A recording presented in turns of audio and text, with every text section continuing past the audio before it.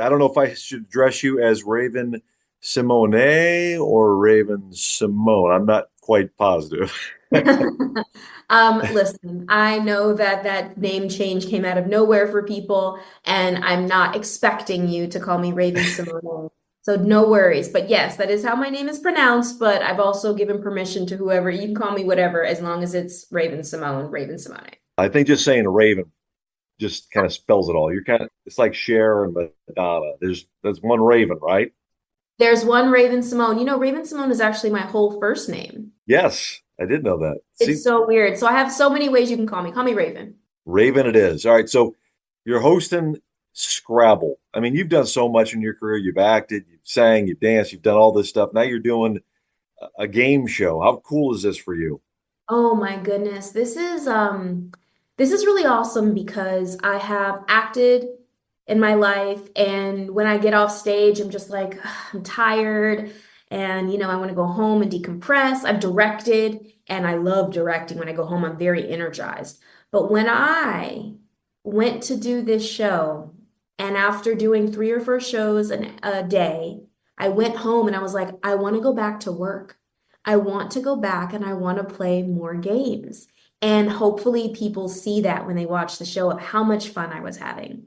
So you find yourself wanting to play more games. So after you're hosting the show, you're not like, oh my gosh, get games out of my face. I don't want to see them anymore.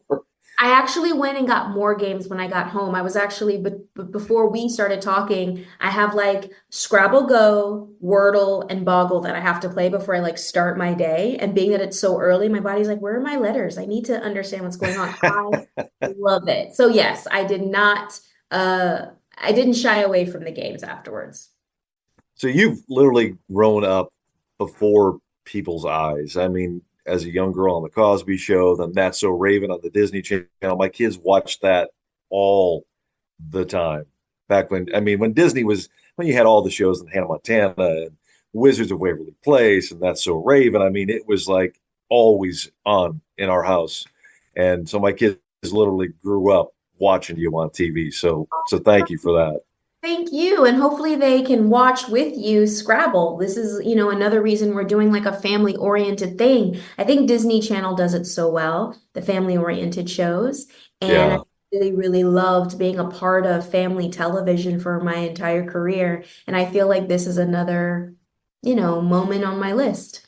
Good for you. Now, besides That's So Raven, of those shows or maybe other shows that I did not mention, was there one that you had that was a favorite of yours that wasn't That's So Raven? On the Disney Channel? Yeah. Um, yeah. I'm gonna be 100. When I was on the Disney Channel, I was watching like the L Word. I was older. Yeah.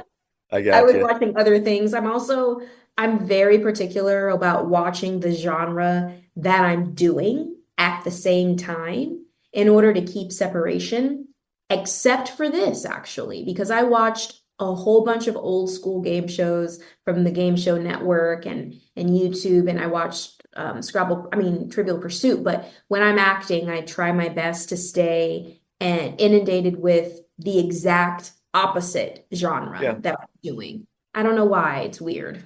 That makes sense though. I mean, I guess, if you get sucked into something like that, you don't want it to affect your performance. I don't know. Yeah, soak in. I don't know. All right. So game shows with stuff like Scrabble, I know you said you want to play games all the time. Is Scrabble your go-to game, or are there other games that you enjoy that you're like, you know what, it's game night. Here's what we want to play. Oh my goodness, Scrabble is definitely in the top five games that we play. It goes 25 words or less, Scrabble, Boggle, and a game called Sequence. And then we also have spades. So it is from cards to words all the time. So I know you didn't mention Monopoly in there. Have you ever finished a full game of Monopoly in your life? I can't do it. I can't do it. See, I didn't, if you also notice, I didn't do anything that had to do with math. Like I needed math, counting and change. I'm like, Siri, I need, what's the change for $2? I don't understand. I'm very good at it. Totally get it. Going back to That's So Raven here for a second, I told you that my kids grew up on that. My daughter actually had a cheetah girl party when she was a little girl, so she was all about Raven. Aw. But on That's So Raven, I said I'm gonna be talking to her tomorrow. Is there something that just anything. Just give me something to ask her. And she said, in the episode where you were on the cooking competition and your face swelled up, she wanted to know, was that special effects or do they actually do something to your face? Oh, hilarious. No, what's her name? Katie. Katie, here's what happened. We did the scene, and then when it was time for Raven Baxter to eat the mushrooms and have an allergic reaction, we said, cut. I ran backstage, and for the next 2 to 3 hours, they placed Oh. latex facial things on my face to make it look like I puffed up. And I put on these big puffed up gloves, which for I had for about 10 years. I lost them in moving. But and then I went back on stage and we finished the scene. It was prosthetics. And it is, I'm so glad she brought that up. I love that episode. So you're sitting in that chair for 3 hours. I mean, I think of like Jim Carrey going through the Grinch makeup and how he had like PTSD from that, and he had to bring in like military people to calm him down. Was that really tough for you to do? Um, I'm sure it was. I disassociate a lot. And I've been through so many prosthetics where I'm changing into a man or I'm changing into a cow. And there's only like the Grinch was a lot because it was a movie and it needed to be at a level of, perfection. We try to be as perfect as we can within the time frame for a minor on a television show. But I'm sure it was very, it requires a lot of patience. I'm a meditator now, I think, out of it. And, one of the things that is scary is they do a cast of your face and they put these two like pink hoses in your nose and they just pour this liquid on your face where it's very claustrophobic. I disassociate. Yeah, I don't blame you. All right, so you are one of many people that have had TV shows named after you. So I came up with a little game for you to do called I Name love That games. Name. Yeah. Okay. So I'll give you a clue about the show, and then you tell me what the show was or who the actor was. All right.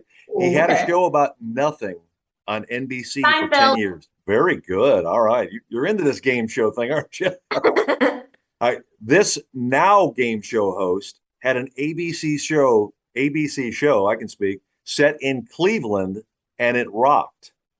And it rocked. Chris Rock? No, Everybody hates Chris? no. Okay, wait. Cleveland's now game show host. ABC show set in Cleveland.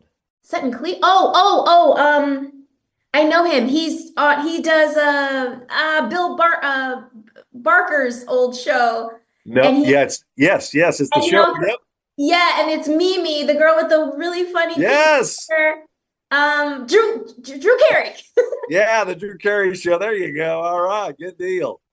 All right. This legendary singer had her own show on the WB and CW and now just premiered a new show on NBC recently. This new singer. The legendary singer. Reba. Yeah, there you go. All right, way to finish that up. Well, hey, it's a pleasure. Good luck with Scrabble. Give everybody the details on it again. When is it on? Yeah, for sure. It's on Thursday nights on the CW, 7, 8 Central. 8, 7 Central. Check it out, you guys. It's game night on the CW. Thanks for the game. I loved it. Podcasts by Federated Media.